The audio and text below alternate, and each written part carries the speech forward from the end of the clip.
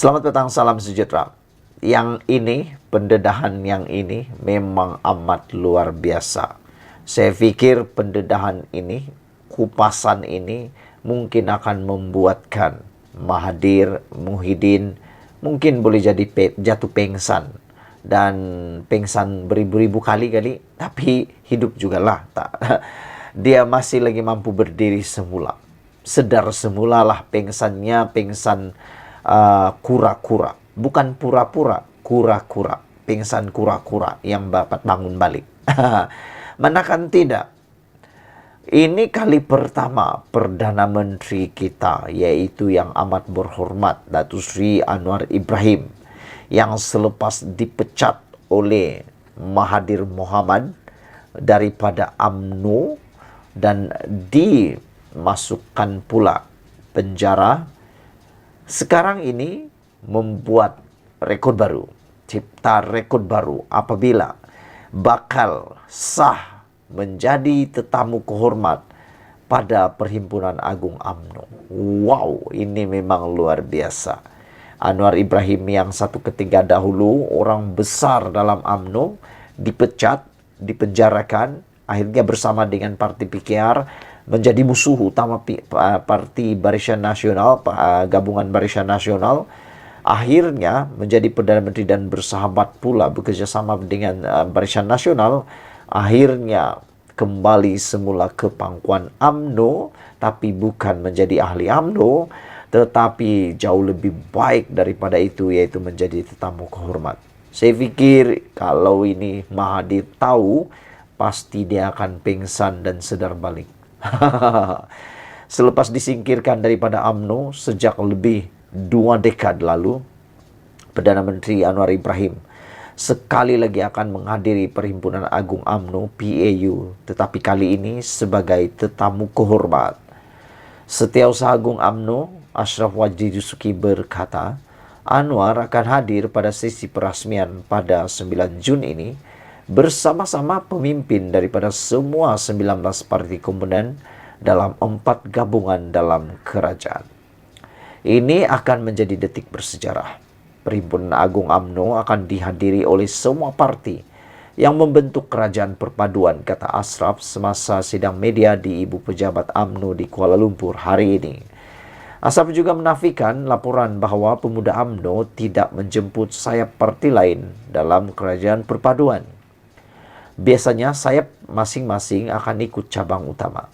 Jika UMNO sendiri yang menjemput parti-parti kerajaan perpaduan, mereka akan ikut, katanya. Terdahulu, Harian Metro melaporkan Ketua Pemuda UMNO Dr. Muhammad Akmal Saleh sebagai berkata pihaknya tidak akan menjemput parti lain ke Perhimpunan Agung UMNO bagi sayap pemuda. Muhammad Akmal secara tersirat berkata pihaknya mahu memperbetulkan dahulu apa yang berlaku di rumah sebelum menjemput mana-mana parti. Ditanya sama ada UMNO akan menjemput bekas pemimpinnya yang telah dipecat, Ashraf berkata hanya perwakilan dibenarkan mengambil bahagian. Tetapi mereka yang merindui parti itu masih dialu-alukan untuk berada di pusat dagangan dunia WTC dan membeli belah di gerai jualan yang disediakan. Malah mereka boleh memperbarui sampin UMNO mereka, sindirnya.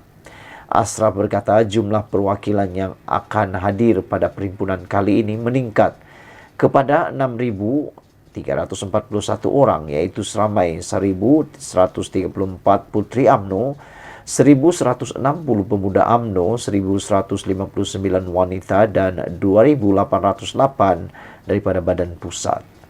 Selepas pindahan kepada perlembagaan parti diluluskan, PAU buat julung kalinya akan dihadiri Ketua Penerangan peringkat bahagian dan sayap, katanya.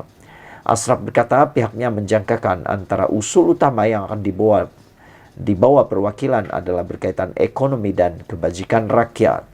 PAU 2023 akan membuka tirai pada 7 Jun sehingga 10 Jun di WTC Kuala Lumpur. Presiden UMNO Ahmad Zaid Hamidi akan menyampaikan ucapan pada 9 Jun, diikuti ucapan perbahasan dan penggulungan pada 10 Jun.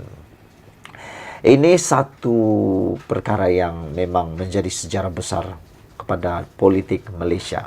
Pastinya akan membuat satu impak baru dalam dunia politik dan kestabilan Malaysia.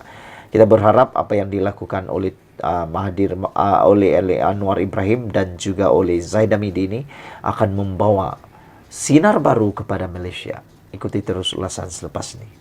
Selamat datang, salam sejahtera. Terima kasih karena bersama dengan saya di Nazilin Unity Channel. Petang ini Hadi Awang kantoi lagi. Kali ini penjelasan Hadi membuktikan pemimpin PAS lain tidak tahu apa-apa. Ini semua tentang kononnya PAS dijemput menyertai kerajaan perpaduan. Tapi akhirnya Hadi Awang seakan-akan membuat U-turn dengan mengatakan bahwa ajakan tersebut bukan pada waktu ini, bukan baru berlaku, tetapi berlaku selepas PRU 15 yang lalu, dengan mengatakan bahwa PAS diajak menyertai parti ataupun gabungan kerajaan perpaduan itu ketika Agong baru menitahkan perkara tersebut. Hadi Awang kata ia bukan berlaku baru-baru ini. Jadi ada ramai pemerhati politik yang tak puas hati dengan apa yang Hadi lakukan. Kerana kelihatannya Hadi seakan-akan membuat satu statement, kenyataan yang tergantung, kenyataan yang sengaja mau mengelirukan bukan saja para pemimpin atau penyokong PAS itu sendiri, tetapi juga kepada para penyokong dan pemimpin dalam Pakatan Harapan dalam kerajaan perpaduan. Jadi perbuatan Hadi ini dianggap sebagai satu perbuatan yang benar-benar memalukan. Namun demikian, yang lebih memalukan ialah apabila penjelasan Hadi kemarin membuktikan bahwa pimpinan PAS lain tak tahu apa-apa. Penjelasan Presiden PAS Abdul Hadi Awang berkaitan tawaran untuk menyertai kerajaan menunjukkan pemimpin PAS lain tidak tahu apa-apa, kata ahli politik veteran.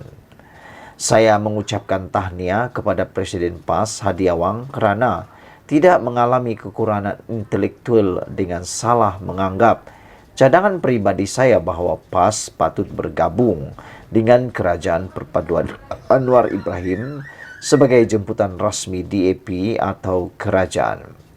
Tetapi ia juga menunjukkan bahawa semua pemimpin PAS yang lain termasuk Mursyidul Am, Timbalan Presiden dan Ketua Penerangan tidak tahu apa yang diucapkan oleh Presiden mereka. Katanya, kata Lim, jika pemimpin PAS yang lain tidak tahu apa yang diperkatakan oleh Presiden mereka, apatah lagi parti politik lain dalam gabungan Perikatan Nasional termasuk Bersatu. Semalam Hadi memberitahu media bahawa tawaran itu bukan dibuat baru-baru ini, sebaliknya selepas pilihan raya umum lalu. Sebelum itu, Ketua Penerangan PAS Khairil Nizam Khairuddin mendakwa Lim membuat tawaran itu kerana kerjasama dalam kerajaan berada dalam keadaan goyah kerana orang Melayu tidak lagi menyokong UMNO. Dia juga turut membidas Presiden UMNO Ahmad Zahid Hamidi dengan mengatakan bahawa timbalan Perdana Menteri tidak membuat kerja rumah apabila menafikan tawaran sedemikian pernah dibuat oleh PAS kepada PAS. Timbalan Presiden PAS Tuan Ibrahim Tuan Man pula menafikan Lim ada bertemu dengan pemimpin PAS baru-baru ini. Bukan dia, yaitu Lim. Saya tidak mau menyatakan siapa. Saya cuma boleh sahkan ada beberapa individu datang berjumpa dengan pemimpin PAS. Katanya ketika diminta mengesahkan sawada Lim yang bertemu parti itu baru-baru ini berhubung tawaran menyertai kerajaan. Jadi saudara-saudara sekalian, sudah kita dapat lihat siapa sebenarnya yang berbohong dan siapa sebenarnya yang betul. Terpulanglah pada Anda untuk mengambil keputusan nak pilih siapa sebenarnya. Ikuti terus ulasan selepas ini.